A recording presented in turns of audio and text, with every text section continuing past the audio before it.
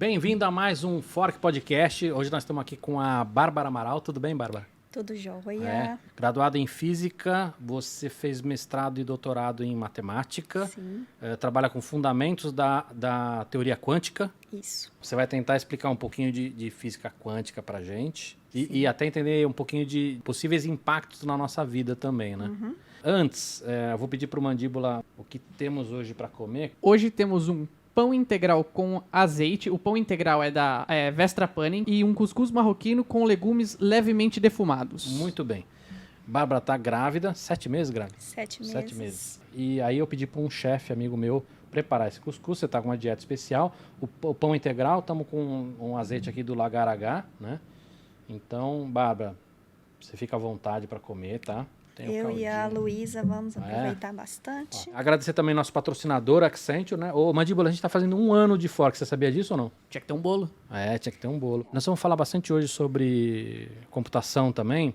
Tem um estudo da Accenture muito legal falando dos executivos, falando de computação quântica, que vai ter impacto no mercado deles, enfim, computação de alto desempenho. Então, quem quiser depois conhecer um pouco mais e entender, né, como é que deve aplicar isso na própria empresa, é legal dar uma olhada nesse estudo, que é bem legal. Física quântica, posso dizer que é muito anti-intuitivo ou não? Toda vez que eu falo com as pessoas que eu trabalho com física quântica, sempre vem essa ideia de que é super difícil, super complicado, não consigo entender esses conceitos, parece bruxaria. Quando eu explico um conceito de física clássica, as leis de Newton, você fecha os olhos, imagina a bolinha de tênis ou um rolinho rodando ali num plano inclinado.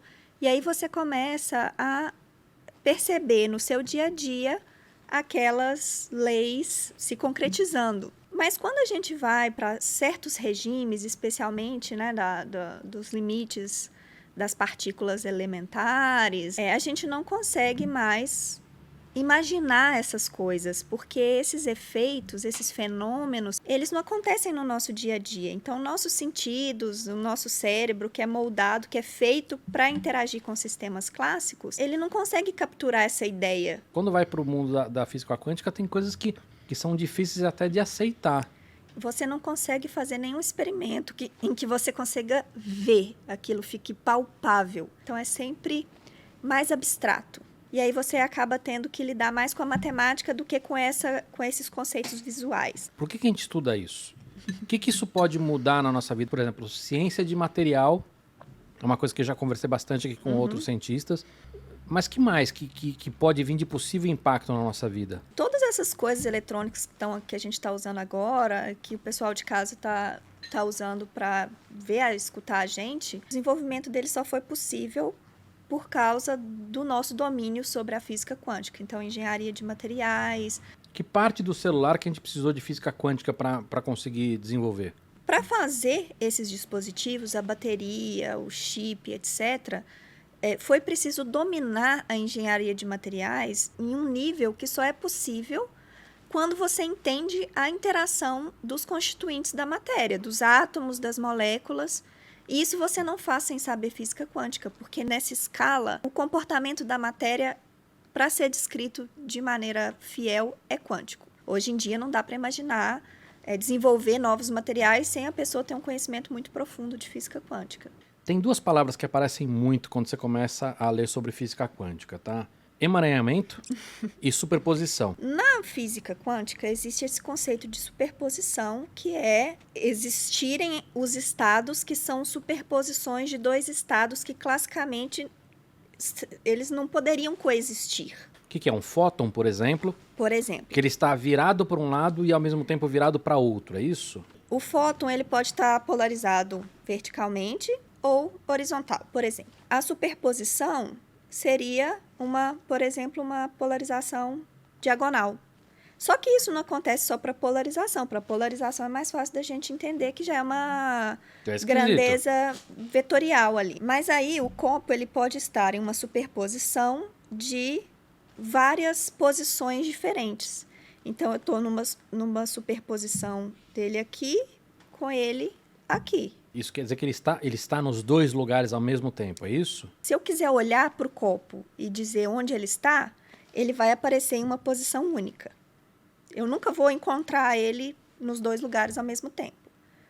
Mas a descrição melhor que eu posso dar anterior é que ele está numa superposição. É aquela coisa que eu te falei que é abstrata. Eu não consigo fechar os olhos e imaginar o que é um elétron em um estado de superposição. Isso simplesmente não existe no nosso dia a dia. É bizarro pra gente, né? Exato. Bom, a gente tinha falado da superposição e do emaranhamento. Existem certas superposições que geram estados que são fortemente correlacionados. Essa correlação é o emaranhamento. Por exemplo, vamos supor que eu tenho uma moeda, eu vou partir a moeda, vou colocar uma metade da moeda num envelope, ficar comigo e vou mandar a outra para você. Se você abrir o envelope e ver que tem cara, você vai saber que o lado coroa está comigo. Estou aqui com o meu envelope, eu não sei se você abriu. Então, você vai ter uma informação sobre o meu sistema, porque existe uma correlação entre eles. Dá a impressão de que existe uma comunicação instantânea quando eu tenho emaranhamento. E isso não acontece. É uma correlação que vai se manifestar nos resultados das medições que a gente pode fazer naquele sistema. Então, não tem transmissão de informação ali. Por que esses computadores quânticos são tão feios? Parece um abajur cyberpunk, né? Toda essa parafernália que está aí serve para garantir que esse sistema permanece num regime onde ele vai se comportar quanticamente. Um elétron ali dentro, ele não tem uma posição bem definida, ele está numa superposição ali bem complicada. Se esse sistema se acopla muito fortemente com o ambiente, o que acontece, por exemplo, se a temperatura está alta, ele perde essa capacidade de se manter em superposição. Você perdeu a superposição, você perdeu as propriedades quânticas, você perdeu o emaranhamento, acabou. Isso, na verdade, quem está vendo é uma geladeira. Exatamente, uma geladeira super potente. O computador mesmo deve ser um pedacinho ali no meio ali. Exato. Tem muita gente construindo computador quântico já há um bom tempo. Mas para a gente poder dizer que a gente teve sucesso mesmo, a gente precisava de uma prova de conceito, que é, teoricamente, a supremacia quântica. Eu não gosto muito dessa palavra, supremacia, então vou usar outra palavra. Eu gosto de chamar de vantagem computacional quântica. Eu preciso fazer com um computador quântico alguma coisa que nenhum computador clássico consegue fazer, porque vai levar 10 mil anos. Isso já aconteceu, pelo menos já foi divulgado pelo acho que não sei se o Google foi o primeiro a falar sobre isso. Foi uma questão do Google versus IBM, né? O pessoal do Google estimou, então é uma estimativa, porque você não vai parar o Summit para rodar uma coisa desse tipo. Ele tá lá cheio de trabalho que rende dinheiro para a IBM, eles não vão parar para fazer isso. Então, foi uma estimativa de que gastaria 10 mil anos. E, essencialmente, o problema aí é memória, né? Na estimativa do Google, eles armazenavam tudo em memória RAM. E a estimativa da IBM, você poderia usar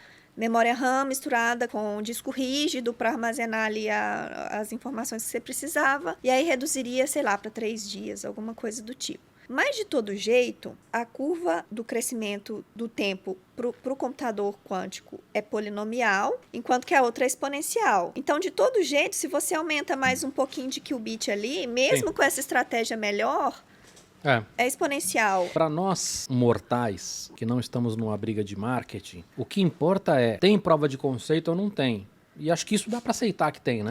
Tem. A hora que eu tiver um computador quântico bala, o que vai ser melhor para fazer nele e o que vai ser pior ou igual do que um computador clássico? Tá. Os computadores quânticos que existem hoje, eles são muito limitados e muito provavelmente o que a gente vai ver acontecer são computadores quânticos dedicados a uma determinada tarefa. Então, você não vai pôr seu computador quântico para rodar Netflix. A gente tem, na computação clássica, alguns problemas que são conhecidos por serem difíceis e para alguns desses problemas, a gente conhece algoritmos que podem ser feitos no computador quântico. O exemplo mais conhecido é o algoritmo de Shor para fatoração de números inteiros.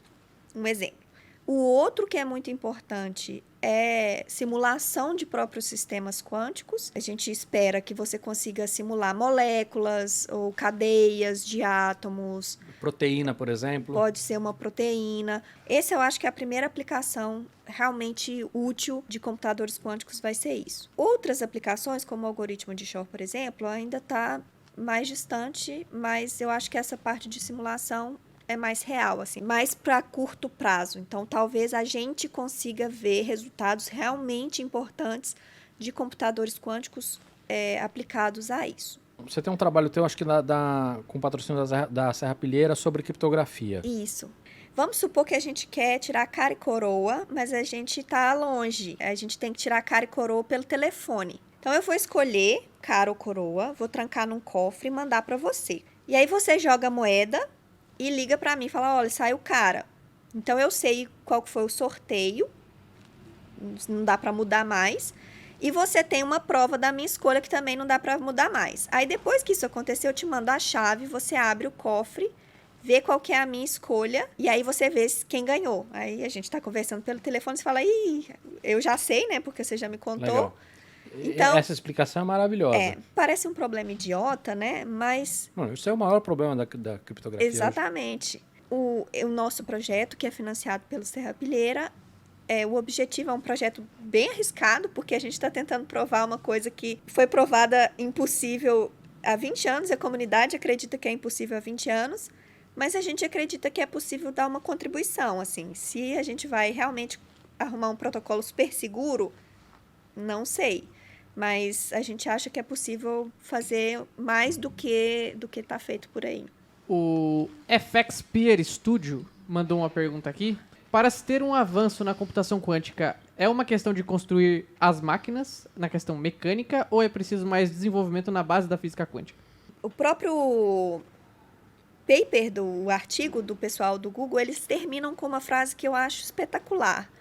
Nós estamos a um algoritmo esperto de realmente fazer coisas úteis com o computador quântico. O meu palpite é alguma coisa de simulação de moléculas, de cadeias. Eu acho que é daí que vão vir os primeiros resultados. O que você está falando hoje é que talvez o principal avanço nos próximos anos vem em software.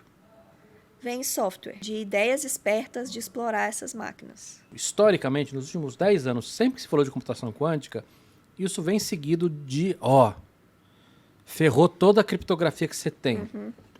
O teu banco vai ter que se reinventar, tudo que você tem guardado aí dançou. O que é verdade e o que é ficção nisso? Se a gente tivesse um computador quântico com um poderzão, assim, um computador que roda o algoritmo de Shor para números grandes, 300 dígitos. Pronto, aí você acabou com a criptografia na prática. Para dar um exemplo, tá? O banco, ele usa uma chave hoje que os computadores tradicionais não conseguem quebrar. Mas para ele usar uma chave muito mais pesada, isso traz uma série de problemas para ele hoje, senão ele estaria usando chaves mais pesadas. Então, a gente vai, durante um tempo, ter um problema de segurança. Sim, a gente acha, né, que essa realidade de computadores que rodam, por exemplo, o algoritmo de Shor, que vai quebrar essa criptografia que é muito usada hoje, está longe. Mas existem outros modelos de criptografia que não se sabe se o computador quântico vai quebrar ou não. A gente já conhece modelos de criptografia que fogem, pelo menos por enquanto, dessa capacidade do computador quântico de quebrar. E aí é o que o pessoal está chamando de criptografia pós-quântica. E já existe um movimento real do pessoal de sair desse modelo de criptografia que é frágil perto de um computador frágil perante quântico, um computador quântico. Mas que, a princípio, são seguras mesmo que a pessoa tenha um computador quântico. Entendi. Então também vai ter uma evolução do modelo tradicional. Exatamente. Tem a pergunta do Rodrigo Formel. Será que teremos algum dia algoritmos de inteligência artificial em computadores quânticos? Boa. Essa pergunta é ótima. Quando você junta quântico com inteligência artificial, você está juntando duas hypes do momento, né? Então a galera fica louca. É promissor, sim, mas é uma pesquisa que está no início, em desenvolvimento ainda. Pode ser que esses sistemas híbridos quânticos clássicos, para inteligência artificial, também seja uma coisa que vai acontecer no futuro não tão distante. Bárbara, adorei nossa conversa. Nós vamos finalizar aqui para você poder ir no toalete, que eu sei que...